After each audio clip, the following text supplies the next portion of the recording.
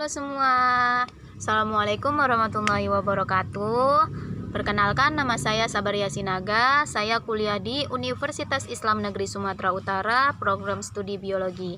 Oke, di video kali ini saya akan membahas tuntas tentang anatomi dan fisiologi sistem peredaran darah pada manusia.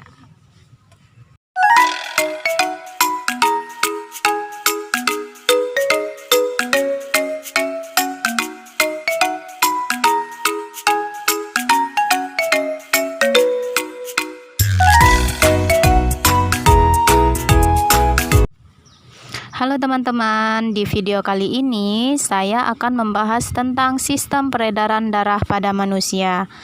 Nah, di pokok bahasan ini ada 5 poin yang akan kita bahas, yaitu yang pertama, pengertian sistem peredaran darah, yang kedua, fungsi dari sistem peredaran darah, yang ketiga, jenis peredaran darah pada manusia, yang keempat, organ yang berperan penting dalam sistem peredaran darah, dan yang terakhir adalah penyakit yang terdapat pada sistem peredaran darah.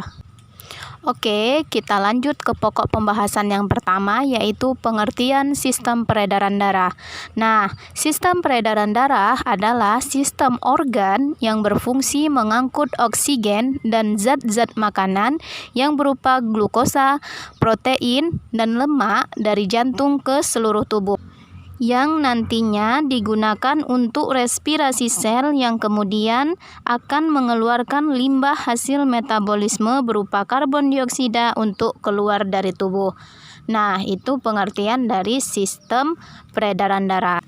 Oke, sekarang kita lanjut ke pokok bahasan yang kedua, yaitu fungsi dari sistem peredaran darah. Nah, fungsi dari sistem peredaran darah ini ada 6, yaitu fungsi yang pertama, mengangkut oksigen ke sel-sel tubuh supaya bisa terjadi respirasi sel yang nantinya akan menghasilkan tenaga atau energi bagi tubuh kita. Fungsi yang kedua yaitu mengangkut limbah hasil metabolisme tubuh dan racun yang membahayakan bagi tubuh bila tetap ada di dalam tubuh.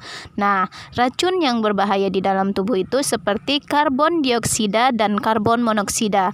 Itu harus dikeluarkan dari tubuh karena dapat membahayakan tubuh. Kita lanjut ke fungsi yang ketiga. Fungsi yang ketiga yaitu mengangkut hormon yang dihasilkan oleh kelenjar endokrin. Nah, hormon ini beredar di dalam sistem peredaran darah. Adapun fungsi yang keempat yaitu sebagai imunitas tubuh. Nah, imunitas tubuh ini dilakukan oleh sel darah putih atau leukosit. Kita lanjut ke fungsi yang kelima, yaitu memelihara suhu tubuh supaya tetap normal. Nah, atau bisa juga kita sebut sebagai termoregulasi. Adapun suhu tubuh normal pada manusia itu berada pada kisaran 36,5 sampai 36,7 derajat Celcius. Adapun fungsi yang terakhir dari sistem peredaran darah yaitu menjaga kadar pH tubuh supaya tetap seimbang. Nah, kadar pH tubuh normal pada manusia itu berada pada kisaran 7,35 sampai 7,45. Nah, walaupun kita tahu tugas menjaga pH tubuh paling banyak dilakukan oleh sistem respirasi dan organ ginjal, tetapi sistem peredaran darah juga berperan penting dalam menjaga kadar pH tubuh. Kita lanjut ke pokok bahasan yang ketiga, yaitu jenis peredaran darah pada manusia. Nah, peredaran darah pada manusia ini memiliki jenis peredaran darah ganda. Apakah itu peredaran darah ganda? Peredaran darah ganda adalah peredaran darah yang memasuki jantung sebanyak 2 kali. Nah, sistem peredaran darah pada manusia terdiri dari sistem peredaran darah besar atau sistemik dan sistem peredaran darah kecil atau pulmonalis. Adapun urutan dari sistem peredaran darah besar yaitu jantung yang berada di bilik kiri dialirkan ke aorta, kemudian dialirkan melalui pembuluh nadi ke seluruh tubuh, lalu dialirkan melalui pembuluh kapiler ke vena cava inferior, dan dialirkan ke serambi kanan. Berikut adalah urutan dari sistem peredaran darah besar. Adapun urutan peredaran darah kecil dimulai dari darah kotor, darah yang mengandung karbon dioksida yang berada di bilik kanan dialirkan melalui arteri pulmonalis ke paru-paru. Di paru-paru terjadi pertukaran darah yang mengandung karbon dioksida menjadi darah yang mengandung oksigen, kemudian dialirkan melalui vena pulmonalis ke serambi kiri jantung. Berikut adalah urutan dari sistem peredaran darah kecil. Selesai pada pokok bahasan jenis peredaran darah manusia, kita lanjut ke organ yang berperan penting dalam sistem peredaran darah. Nah, kita harus tahu nih, organ penting yang berperan dalam sistem peredaran darah itu ada 3, yaitu jantung, pembuluh darah, dan darah. Oke, sekarang kita bahas tentang jantung. Jantung manusia itu berfungsi untuk memompa darah ke seluruh tubuh. Nah, letak jantung pada manusia itu berada di rongga dada agak sebelah kiri di antara paru-paru. Lalu, ukuran jantung itu kecil, berada pada ukuran 200 sampai 425 gram atau bisa dibayangkan sedikit lebih besar dari kepalan tangan kita masing-masing. Nah, jantung pada manusia itu bisa berdenyut rata-rata 60 sampai 100 kali per menit. Tetapi ada beberapa faktor yang mempengaruhi detakan jantung pada manusia. Nah, faktor yang pertama itu yaitu faktor jenis kelamin. Faktor jenis kelamin itu yaitu detakan jantung pada manusia wanita dan detakan jantung pada manusia pria itu berbeda. Detakan jantung pada wanita itu lebih cepat dibandingkan pada pria. Adapun jumlah detakan jantung pada wanita itu yaitu 78 kali per menit, sedangkan detakan jantung pada pria itu hanya 70 kali per menit. Nah, faktor lainnya itu yaitu usia. Pada usia waktu baru lahir, denyut jantungnya sangat-sangat cepat, berada pada kisaran 70 sampai 160 kali per menit. Itu pada waktu baru lahir. Sementara semakin tua, maka detakan jantung manusia itu semakin lambat. Nah, pada saat tidur, jantung juga masih berdenyut sebanyak 60 kali per menit. Dalam sehari, jantung dapat memompa darah sebanyak 5 liter per menit.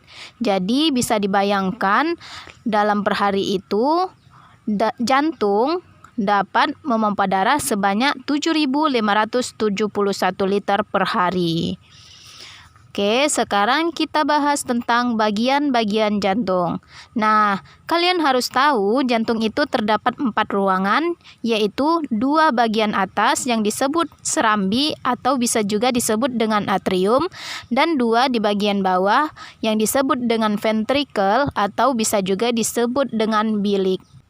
Nah, kemudian di antara atrium kiri dengan bilik kiri, terdapat katup yang namanya katup bikuspidalis. Sedangkan antara atrium kanan dengan bilik kanan terdapat katup yang dinamakan katup trikuspidalis.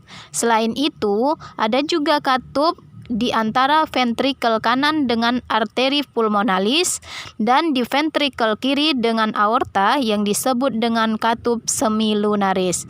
Nah, katup-katup ini berfungsi supaya darah yang masuk ke bilik tidak akan kembali lagi ke serambi. Nah, supaya aliran darah itu searah dan tidak kembali lagi ke tempat semula.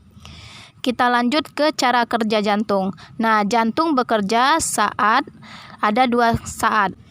Jantung bekerja ada 2 kali, yaitu mengalami relaksasi atau yang bisa juga disebut dengan diastol, dan kontraksi atau disebut juga dengan sistol. Cara kerja jantung. Yang pertama, saat jantung mengalami relaksasi atau diastol, di mana otot jantung mengendur sehingga jantung terlihat mengembang dan letak darah masih di serambi. Lalu katup terbuka, kemudian darah menuju bilik. Itu cara kerja jantung saat relaksasi. Yang kedua yaitu jantung saat berkontraksi. Saat jantung mengalami kontraksi atau sistol, di mana otot jantung menegang sehingga jantung terlihat menguncup dan letak darah masih di bilik, dan mulai dipompa dari jantung menuju pembuluh darah ke paru-paru dan seluruh tubuh, lalu kembali ke jantung lagi. Proses ini akan terjadi terus-menerus selama jantung masih berdenyut. Itu cara kerja jantung. Oke, selesai organ yang pertama dalam sistem peredaran darah. Kita lanjut ke organ yang kedua. Organ yang kedua dalam sistem peredaran darah yaitu pembuluh darah.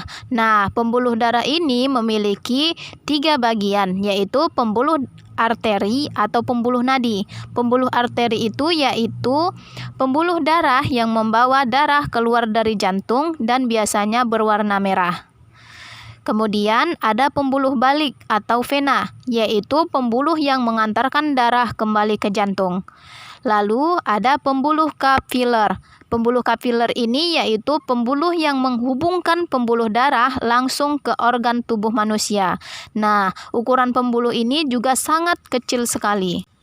Adapun organ yang ketiga dari sistem peredaran darah ini yaitu adalah darah. Nah, darah terdiri dari plasma darah dan sel-sel darah. Yang kita bahas pertama yaitu plasma darah. Nah, plasma darah merupakan bagian yang paling cair karena mengandung 91,5% air dan selebihnya itu adalah albumin, fibrinogen, sari-sari makanan, dan hormon.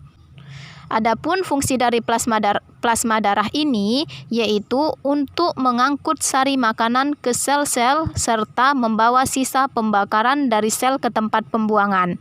Selain itu, plasma juga berfungsi sebagai cadangan air dalam tubuh, mempertahankan tekanan darah, dan yang paling penting dari plasma darah ini berfungsi untuk menghasilkan zat kekebalan tubuh. Oke, kita lanjut ke sel-sel darah. Nah, sel-sel darah ini terbagi menjadi 3, yaitu sel darah merah atau eritrosit, yang kedua sel darah putih atau leukosit, dan yang ketiga keping darah atau trombosit.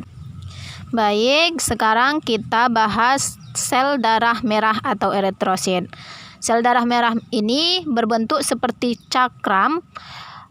Dia bulat tetapi ada cekungan di atasnya, atau bisa juga disebut dengan bikonkav.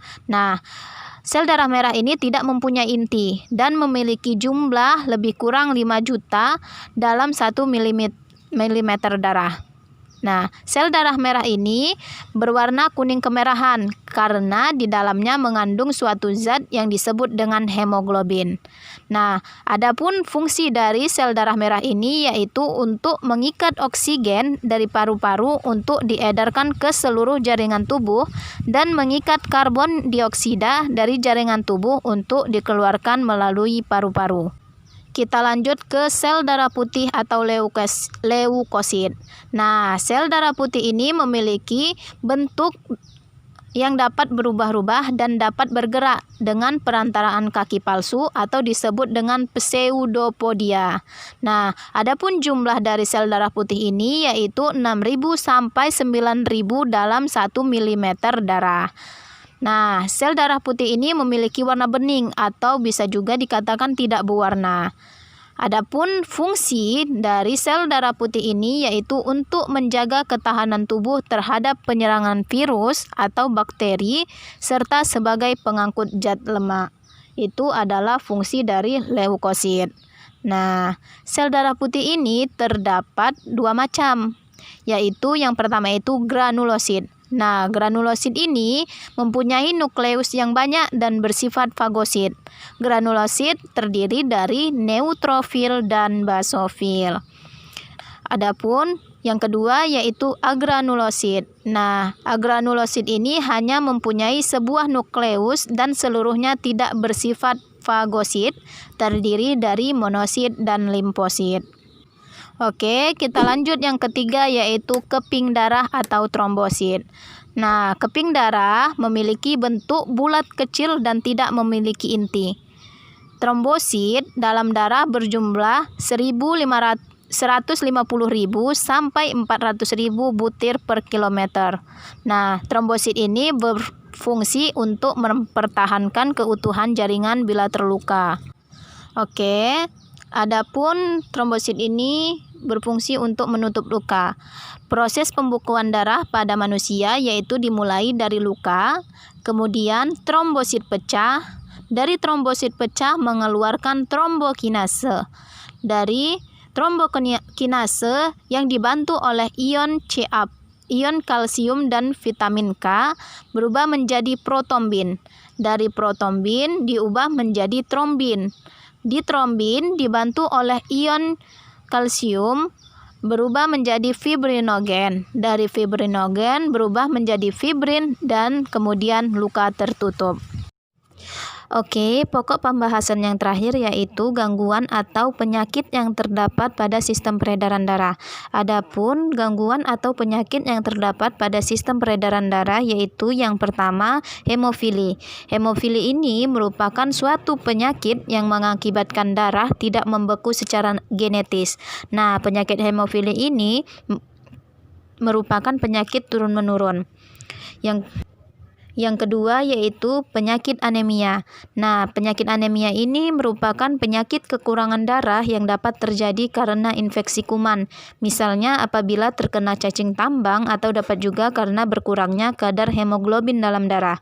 Nah, penyakit yang ketiga itu yaitu leukemia atau kanker darah.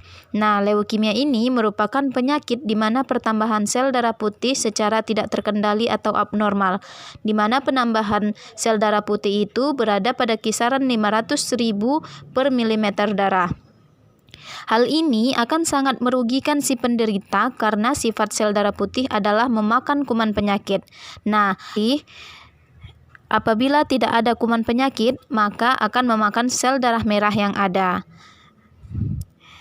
Penyakit yang keempat yaitu varises. Varises ini merupakan penyakit pelebaran pembuluh darah, biasanya di tangan atau kaki. Penyakit yang kelima itu yaitu hemoroid atau ambeien, merupakan penyakit yang hampir sama dengan varises, tetapi terjadi di bagian dubur. Penyakit selanjutnya hipertensi, ada hipotensi dan talasemia. Baiklah, sekian dari penjelasan saya. Semoga dapat bermanfaat bagi kita semua. Dan apabila ada salah-salah kata, saya mohon maaf. Dan saya akhiri. Assalamualaikum warahmatullahi wabarakatuh and bye-bye.